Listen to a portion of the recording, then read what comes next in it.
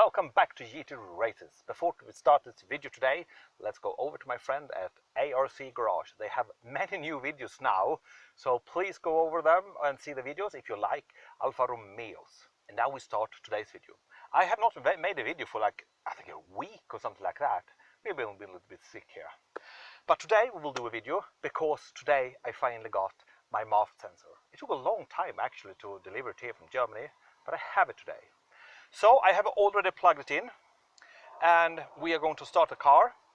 We are going to put my new best friend, the UBD2 sensor reader, or whatever you call it. We'll plug that in, and hopefully when we start, we will get some reaction that it works. And if it works, we need to go in and read in the UBD sensor, and we need to close the problem codes. If this does not work at all, maybe we need to again go into the reader and see if it can detect something else. Because now we have a completely new MAF sensor, and it's a sensor that is supposed to be in this car, and that is a Bosch sensor, and the codes are the right codes. The article number or code, whatever you call it, it's the same as in the original one that I have in here. So it should be okay now.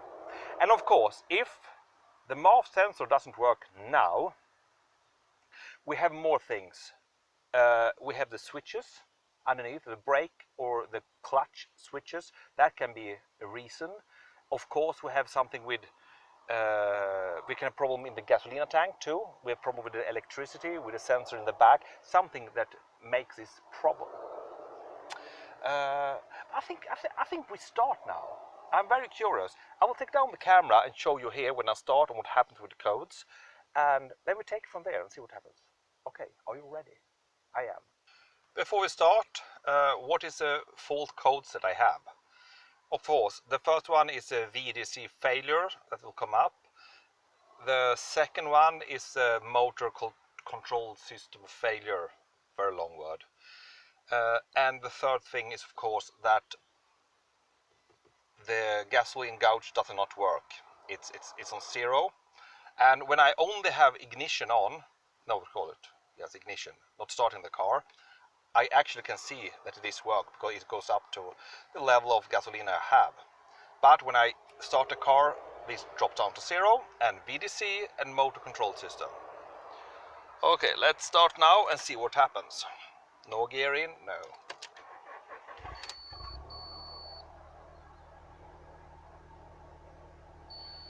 Okay, motor control system failure, I saw there. Left, oh yeah, the door is open. Motor control system failure. Oh! But we have gasolina! Look! It works now! The codes! Oh, you see, the VDC! It works now. I have anti-spin. I have only the engine code left. Only the engine... Oh, I'm so happy now. We are getting something. What hell should I do now? Maybe I just take the reader, goes in, kills that code, and then we restart again and see if the code is gone. I think we do that. Let's see if we can do this together. I will now start the car again. Oh, but it's a bad start, I have to say. It's uneven, but we go in and do the test. I've already forgotten. We go in and do the test now.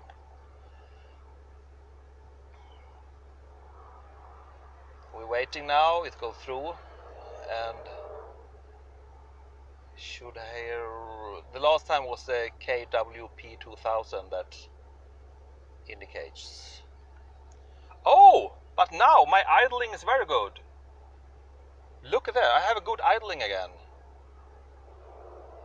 KWP2000 reading system stable, and we have one code still, and we read codes. It says it's the MAF, but I don't think so. I think we will go in and and take it away. Go down, erase codes. Yes.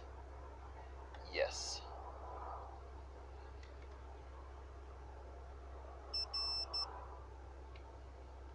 Pressing the key. We go back to previous menu. Yes. And then we... Oh. What happened?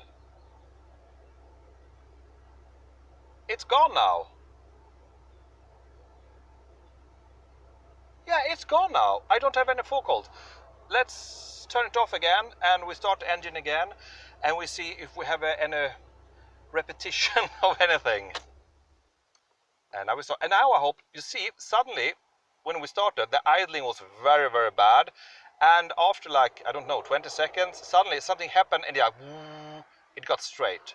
Maybe it's also feeling the new MAF. It has time to feel how much air is coming in and it has time to calculate it and say to itself, the computer, that, oh, we don't have a problem, we can go now. So let's start again.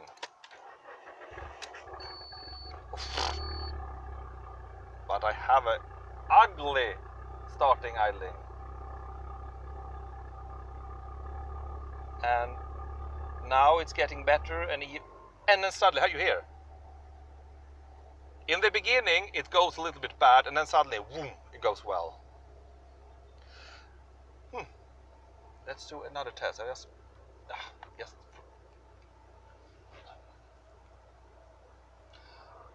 I do one more time to see if we have the codes. We should not have a code. Nothing should be a problem.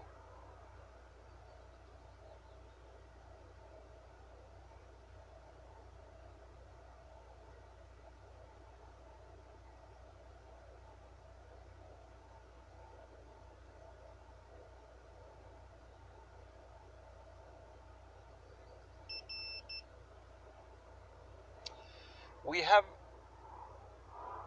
did a second test and a third test, I mean, and there is no problem. It's a little bit ugly when I start, but I need to.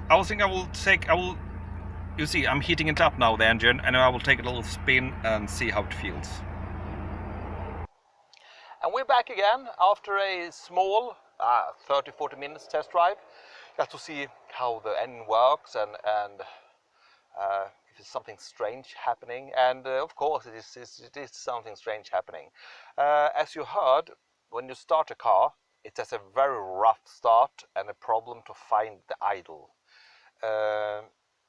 Really, it feels like starting a tractor. It's like it's only started 3 cylinders, and the fourth one has a problem to get along with the other 3 ones. When I run it, sometimes when I have very little throttle, I feel like, again, it's 1 cylinder that it's not firing very good. But when I'm really hammering it, then all 4 is really working and the engine is quick and perky as hell. Damn, I missed the engine. No, because when I really throttle it, it's very, very quick, especially in second and third gear. It's like a rocket. You can really feel how it just sucks in all the air and just push it out and you have to drive the car. But as soon as I have very little throttle, it feels like one of the spark plugs is not firing properly, and it gets a little bit of, it's not a misfire, it's like, yeah, it's misfire. I'm stupid, of course, it's misfire.